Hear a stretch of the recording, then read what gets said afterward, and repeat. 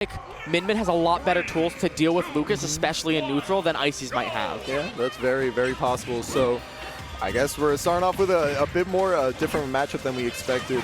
I guess me just like being more comfortable personally, like Moth, his Icy's beat my ass, bro. I got destroyed. Not me. But yeah, I mess up his MinMin. Yeah. So like when I see the MinMin, like I just see it as weaker, but that's just me personally. Moth's MinMin is very, very strong. I think it's definitely very much so a player thing. Like some players are better against Ice Climbers, how you have to fight them. Some are better against MinMin. Yeah. You know, yeah, it is definitely a player thing, and those are two like super unique characters to the point where, yo, it's a combo that works, man.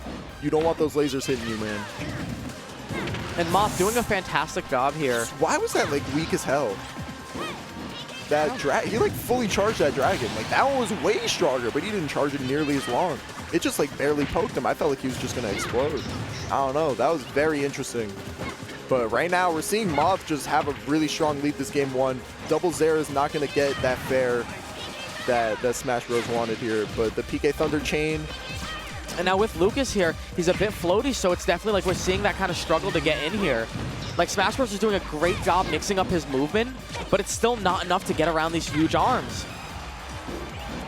Honestly, with the MinMin pick does make sense, you know? Definitely a lower effort character. A lot of matchup checks, a lot of just like annoying things that happen with MinMin. I definitely think, like, minus that PK fire, Lucas is very, very stubby at times. And so it's like we're seeing it here, it's a nightmare to get in for Lucas. Without having to just take the risk of overcommitting, but PK fire are going to take it there. And even when he gets in, Lucas, obviously, as much as this character haunts northeastern Pennsylvania, not the best character, and kind of hard to get those kills sometimes. Even a like simple combo, I don't have it down. Like, unless you get that offstage game, it can be a nightmare for Lucas to kill, but not MinMin. Now we're seeing the Zers. No, Zera train 1-2. And we're definitely seeing, like, I feel like the longer the game goes on, SmashBros is understanding that he can't play at his normal comfort pace. He has to slow it down versus MinMin. I do like the use of that Zera there to trade with the arms, but I agree with what you're saying. Definitely slowing it down, but he's not slowing it down right now. He's still throwing out those aerials, just trying to put the hitbox in the right place. But and Moth doing a fantastic job at resetting neutral here. Every time Lucas gets close, Moth's like, nope, I'm out. 1, 2, 3 with the jab. PK Thunder just getting interrupted. No, you know, that's something you just don't think about. Most characters aren't gonna be able to interrupt you there. They're thinking about getting back to the stage. But MinMin's like, yeah, I'll throw a few hitboxes down before I even try to upbeat. A lot of things that I think just when it comes to maybe SmashBros' flow chart here needs to be changed just to deal with the way this MinMin is playing. Ooh, and the Nair? Not gonna take barely in the very corner of the screen. Does he make that? Beautiful. Great recovery. Beautiful. I thought he was going to try to go for the bounce there. I don't know. These, like, as much as Lucas and Ness, they're hard characters, they can be annoying characters. Like, just using that recovery, dude, you got to get those angles, and you can't be missing them if you're. And we're seeing a bit of change of pace. Great job. You see SmashBros taking a deep breath in the player cam here. Those are the types of PK Thunders you want to see. That's not what you want to see if you're SmashBros. Now, I actually have really high hopes of SmashBros going into this next game here. It started out very rough for him. He didn't understand how to navigate neutral very well against MinMin, and Moth was taking huge advantage of that. But as SmashBros started to slow down the game maybe a little bit more, he was finding more of those really good openings.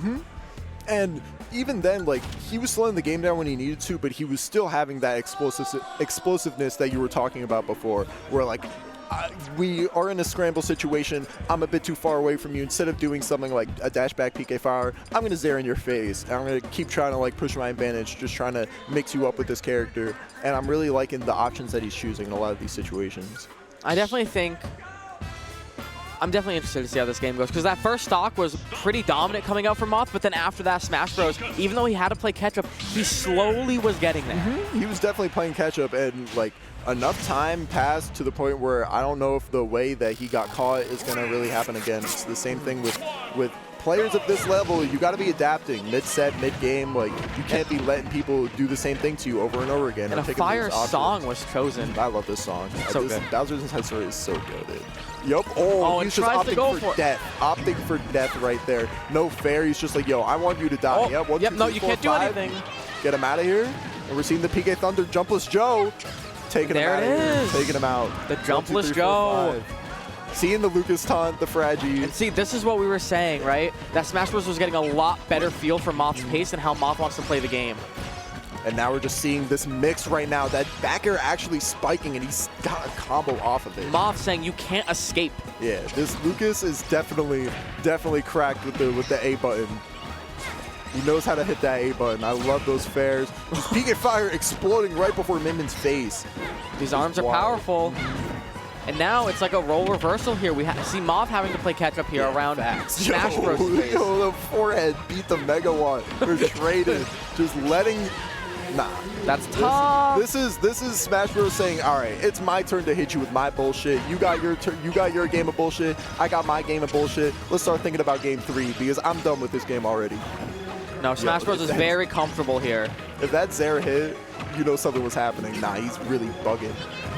How did that? The PK really Fire from inside. So big question here. Are we going to see the switch? I think so. You think we're seeing the switch? I just think that the pace Moth has to kind of play out with MinMin, that distance, he's not able to get it anymore. And that's, save the jump, out but there with the foot. Out there with the foot. And a complete reversal from game 1, a complete switch up.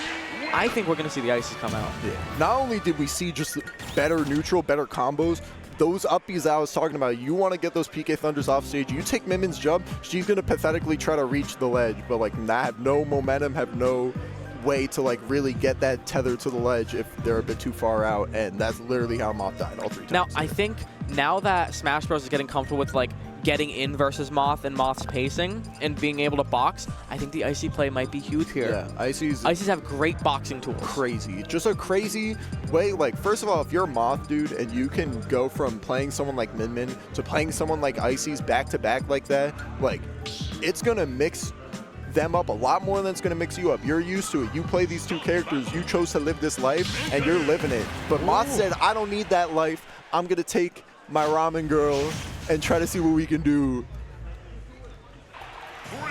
You know what? That's crazy. Seeing a change of stage as well. I think this longer stage will be very good for Moth. A bit more beneficial. And honestly, I'm really not surprised with it because you still, like, you saw how well Moth was doing game 1. And even though Smash Bros. Was able to get all of that, you have to have learned something from that situation.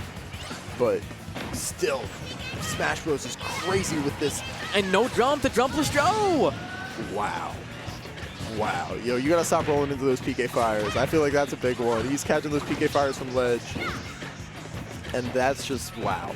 I don't know. I'm definitely a little bit flabbergasted by this Lucas. Just so many buttons coming out. Getting the turnaround DJCs there is crazy there. Like, also, one thing to maybe mention here is that this is a top 32 qualifier for winner's side to get out of pools. Have we... That move combos? What are we looking at? Like, this Lucas is definitely different. This Lucas is definitely different. Literally built keep catching those rolls from ledge. Keep rolling from ledge, man. He went for it. He went for tried the rocket himself, missed the rocket. Moth taking that now grace. That might have been what Moth needed here. Moth taking that grace period. Like, but get back to stage, reset neutral. You need that jump, man. Oh, Jumpless Joe.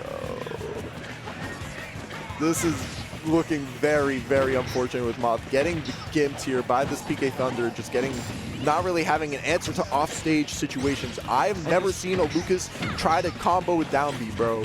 This is like just such a crazy environment. Like, I've seen so much of this character. I told you, he doesn't know what shield is. He just holds forward. Nah, it's really over. He's bugging. And it's like, it's sad to see, obviously, we got the hit That's the jump gone. Putting in as much as he can, but yo, and Smash Bros takes it.